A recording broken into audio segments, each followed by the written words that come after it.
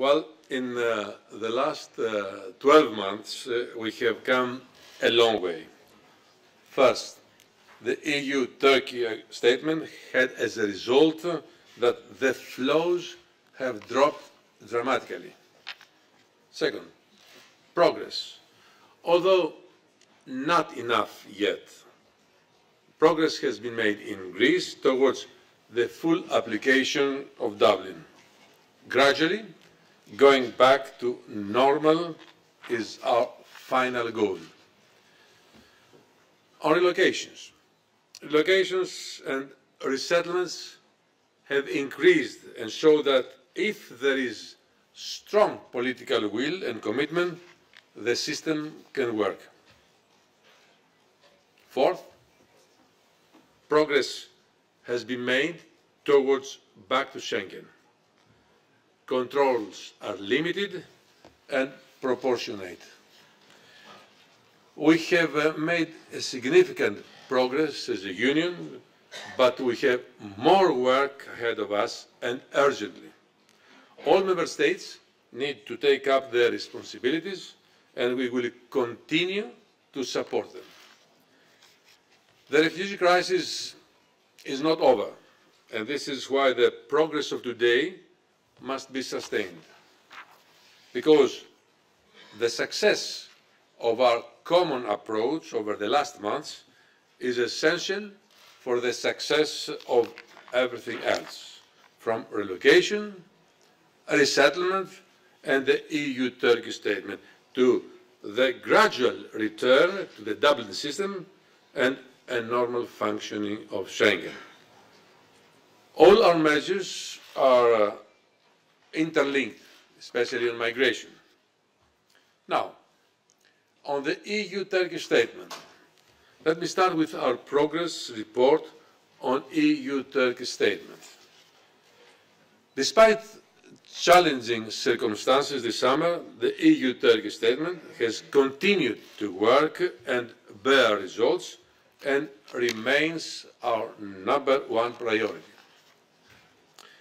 Since March, the number of arrivals in Greece, as I told you in the beginning, has dropped drastically. Progress was made on other elements as well. We see a steady pace of resettlements of Syrians from Turkey, as well as returns from Greece to Turkey in line with adequate standards. Both sides need to continue their efforts. We are continuously engaging with Turkey, committed to helping Turkey fulfill the remaining visa liberalization benchmarks as soon as possible. Our financial commitment to Turkey still holds.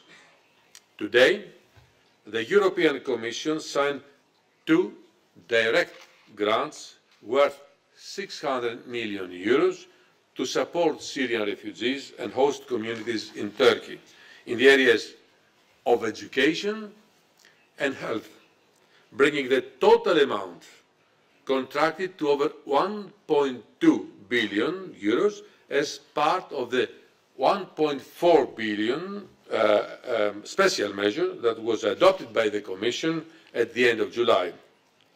It shows that the European Union stands by its commitments.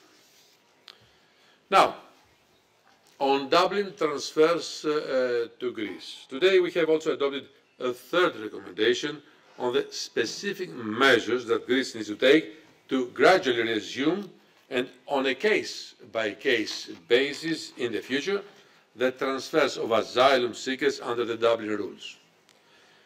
I am happy to see that despite the very difficult situation Greece is confronted with, the country continues to take important steps to improve its asylum system. Since the last report, Greece has increased significantly its reception capacities and made progress in setting up regional asylum offices. At the same time, Greece concluded a large-scale pre-registration exercise, established new appeals committees, and adopted new legislation on free legal aid and education of asylum seekers and refugees. However, much more needs to be done before a gradual resumption of Dublin transfers can be considered. We must avoid that an unsustainable burden is put on Greece. I want to reassure the Greek authorities that the European Commission and the agencies continue to stand by Greece with financial and technical assistance in order to support the country in coming back to a normal functioning asylum system overall, because this is ultimately the objective, of course. EU countries should urgently respond to EASO's call for experts in order to ensure the effective processing of asylum applications in the Greek islands. An essential part in this process for Greece is the protection of vulnerable groups, including unaccompanied minors. But, as I said in the beginning, all elements are interlinked. Greece cannot move forward if other EU member states do not help in alleviating the pressure, with more than 60,000 people stuck in Greece and more than 13,000 in the islands. And this takes me to the next point, the results of our 6th relocation and resettlement report. At the one-year anniversary of the relocation scheme, we have witnessed the largest single relocation transfer of 200 people in one day from Greece in recent weeks, and more than 2,000 relocations in the past month alone from both Italy and Greece. This clearly shows that relocation is possible if there is political will, if member states want it and if they take up their responsibilities. Relocation can only work if everyone joins in. As I have repeatedly said in the past, solidarity is not only a moral but also a legal responsibility enshrined in the EU treaties.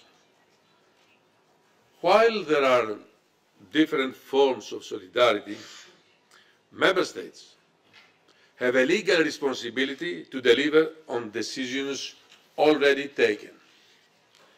I call again on all the member states to cooperate, send experts, and to relocate asylum seekers as soon as possible, as many as possible, from both Italy and Greece. Let's not forget that it is not a Greek or an Italian problem. This is a European challenge and requires a European response. I'm also pleased to see the European Union's considerable progress on resettlement efforts.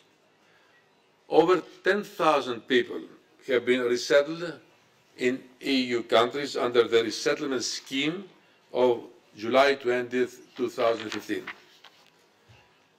This trend has to continue because it is essential to help our neighbours such as Turkey, Jordan, Lebanon, who shelter millions of refugees on their territory. It is also a signal that legal pathways to Europe do work. This is how we will destroy the smugglers' business and reduce the loss of lives in the sea.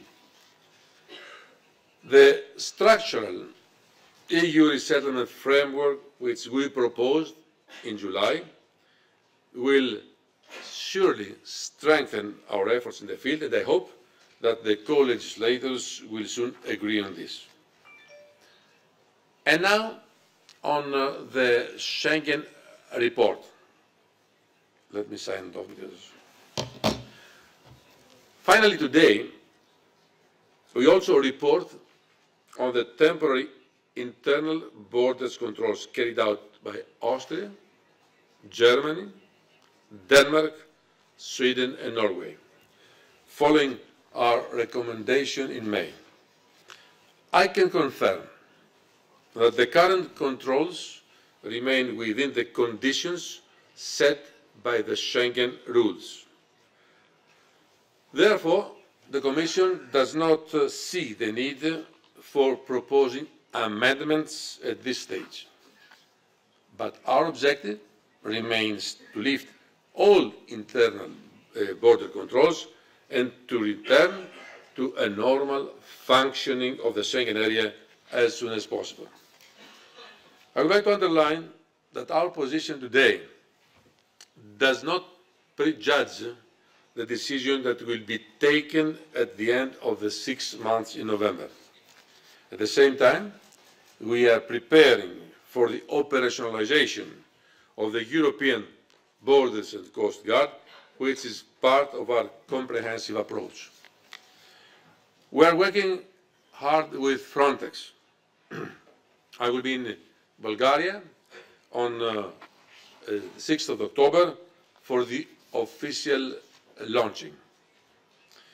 Dear friends, as I mentioned at the beginning, we have come a long way since the beginning of the crisis.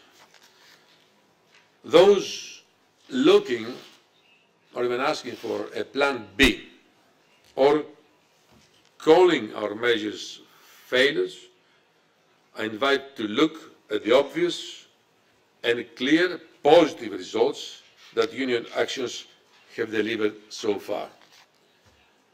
But that does not mean we should be satisfied yet. It means that we are doing works and needs to continue to work even more. Now is the moment to keep this up. Thank you very much for your attention.